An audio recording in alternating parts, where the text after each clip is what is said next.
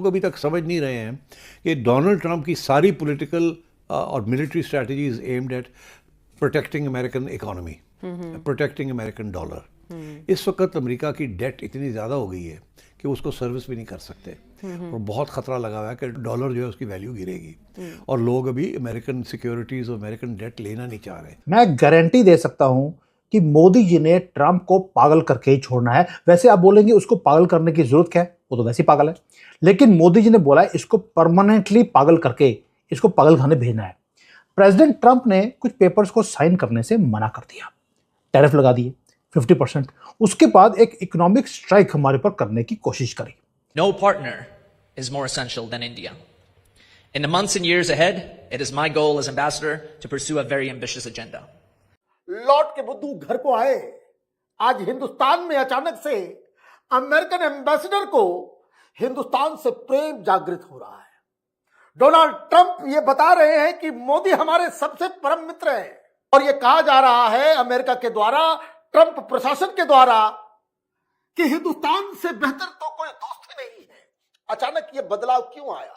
दोस्तों, अमेरिका के जो कॉमर्स सेक्रेटरी हैं लुतनिक साहब, उन्होंने अभी एक इंटरव्यू दिया और उसमें ये कह दिया कि जनाब, I said you got to have Modi. It's all set up.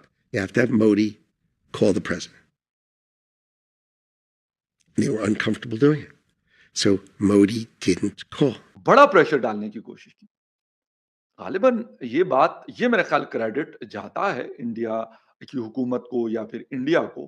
We will do this as true strategic partners, each bringing strength, respect, and leadership to the table. Sir, आप मुझे ये बताइए सबसे पहले तो कि ये मोदी जी जो हैं ये कॉल क्यों नहीं कर रहे हैं ट्रंप को? ट्रंप इतना परेशान है और क्या लग रहा है आपको, भारत कोई टफ टाइम दे रहा है ये उसको रिस्पॉन्स ना करके ट्रंप को? वाशिंगटन से ये सूदिंग वर्ड्स सुनने के लिए आते हैं कि real friends can disagree, India is essential, actively engage on trade.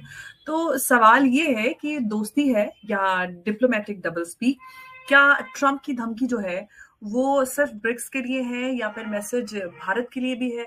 और सवाल ये है कि जब यूएस के एम्बेसडर ये कह रहे हैं कि इंडिया से ज्यादा इंपॉर्टेंट कोई पार्टनर नहीं है, तो फिर प्रेशर टैक्टिक्स क्यों? व्हाइट हाउस वेट करता रहा, वेट ये कर रहा था कि न्यू दिल्ली जो मोदी जी की गवर्नमेंट है वो पैनिक में आएगी और पैनिक में आने के बाद वो फोन कॉल करेंगे। उन्होंने वेट किया ऐसे हाथ पे रख के कि मोदी जी का फोन अब आया। दूसरी बात यह कि अमेरिका को या अमेरिकी इंतजामिया को खौफ किस बात का है, या डोनाल्ड ट्रंप साहब को अगर कहें तो खौफ किस बात का है? दो बातों का। सबसे पहले तो उनको अपनी ज़ात का खौफ है कि उनकी जो पॉपुलैरिटी है वो डैमेज हुई है हालिया महीनों में, वो चाहते हैं कि वो दोबारा पॉपुलर हों। इंडिया जो है वो बहुत ज़्यादा सख्त लाइन ले रहा है। इंडियन मीडिया इस वक्त अमेरिका की बहुत बैशिंग कर रहे हैं, बल्कि बहुत सारे वो लोग जो ट्रंप के डाई हार्ड सपोर्टर्स हैं वो भी इसके खिलाफ हो जाएंगे, क्योंकि कुछ जनरली मैगा भी हैं, वो मेक अमेरिका ग्रेट अगेन वाले नारे पे एक्चुअली यकीन करते हैं कि हम एक्चुअली अमेरिका फर्स्ट की सोच रखते हैं, जो अल्टीमेटली उनको नुकसान देगी और खुद अमेरिका को भी नुकसान देगी और दे रही है। और ये बात मैं नहीं कह रहा, ये खुद उनके अंदर से आवाजें आ रही हैं और बहुत सारी जो आवाजें हैं वो छपती हैं। अमेरिका ने ये प्रेशर दुनिया के जितने ममालिक पर डाला, उसके सामने वो लोग ढेर हो गए, लेकिन इंडिया के साथ मामलात सेट नहीं हुए। जो इंडियन लीडरशिप है it's in a mood off collision. अब आप देखिए अब किया क्या मोदी जी ने। मोदी जी बोल रहे हैं यूएसए को हमें फर्क नहीं पड़ता if we lose your market, तुम्हारे साथ सिर्फ 10% का ट्रेड है हमारा। हमने क्या किया, हमने और नई स्ट्रेटेजीज बनानी शुरू कर दी। गोल्ड की एक्यूमुलेशन के साथ साथ हमने ट्रेड दूसरे कंट्रीज के साथ भी बनाना शुरू कर दिया है, करना शुरू कर दिया है। और अगर डॉलर का सिस्टम कल को हमें बाहर निकाल दिया या फेल हो गया, हमारे पास गोल्ड पड़ा है, हम बाटर सिस्टम में काम कर लेंगे। और किसी को बोले ये तुम्हें डॉलर चाहिए गोल्ड चाहिए, लोग क्या खरीदेंगे? वो बोलेंगे यार गोल्ड में पेमेंट मिल रही है, गोल्ड में काम करो। यानी कि हमारी करेंसी बेशक हमने आज 100 रुपये पे हमने कह दिया कि 90 है, कल को जाके 100 हो जाएगा, हमारी करेंसी स्टेबल बनेगी। लेकिन स्टेबल बनेगी क्योंकि हमारे पास रियल बैकबोन है, सिर्फ पेपर प्रॉमिस नहीं है, हैवी मेटल गोल्ड का हमारे पीछे है। और साथ में हमने एक और काम किया, हमने जो है अगर आप देखेंगे हमारी जो करेंसी है गोल्ड के बदले डॉलर के बदले वो नीचे गिरी है, लेकिन पाउंड है, यूरो है, वहाँ पर स्टेबल है। यानी कि दुनिया को पता लग गया कि हम क्या कर रहे हैं। हम सिर्फ अपने एक्सपोर्ट्स को पुश अप करने के लिए हमने अपनी करेंसी को डीवैल्यू कर दिया। चाहते हैं कि लड़ाई हमारी अमेरिका से हो जाए। अब मोदी सारी वो चीजें इकट्ठी कर रहे हैं।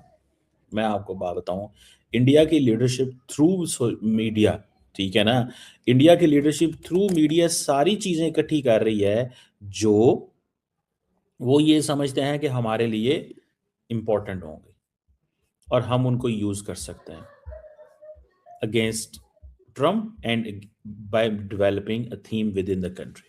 अगर फॉर एग्जांपल मैं ये कहूं कि इंडिया अपने ऑयल जो इंपोर्ट कर रहा है रशिया से उसको 1 मिलियन बैरल पे पर डे पे कर लेता है, शायद अभी से ज्यादा है, 1.5 या 2 मिलियन बैरल पर डे है।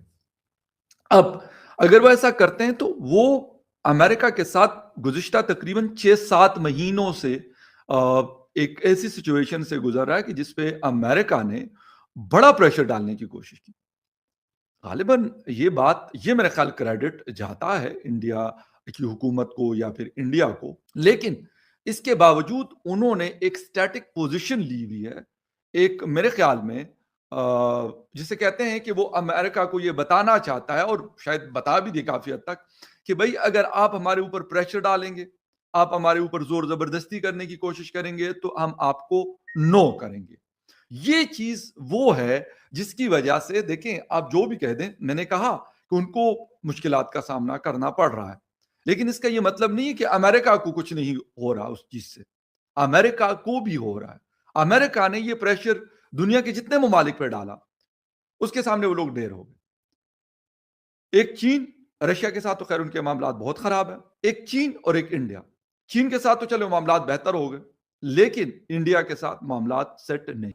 ये स्ट्रेटजी है, ना कि किसी IMF ने बोला हमें नीचे करने के लिए, जैसे मनमोहन सिंह के टाइम पे था, उन्होंने बोला 20-25% आप अपनी करेंसी को नीचे गिरवा दीजिए। मनमोहन सिंह जी ने 50% नीचे गिरवा दिया उनको खुश करने के लिए।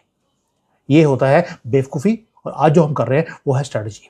लेकिन एक तो है डिफेंस जो हमने कर दिया अपनी इकोनॉमी को सेफगार्ड करने के लिए, अब ऑफेंस भी होता है।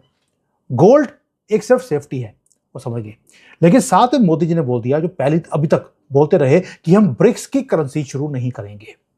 अब ये र्यूमर्स हैं जो मेरे पास पहुंची हैं कि इंडिया, रशिया, चाइना, ब्राजील, ये चारों मिलकर अब इन्होंने ओके कर दिया कि अब हम फिएट करेंसी से बाहर निकलने वाले हैं और रिसोर्स बेस्ड करेंसी निकाली जाएगी। अमेरिका के साथ गुज़िश्ता अगर हम 8-10 सालों की बात करें तो एक बहुत अच्छे लेवल पे ताल्लुकात रहे बने, बहुत सारी डेवलपमेंट्स हमने देखी जो शायद इससे पहले नहीं देखी गई।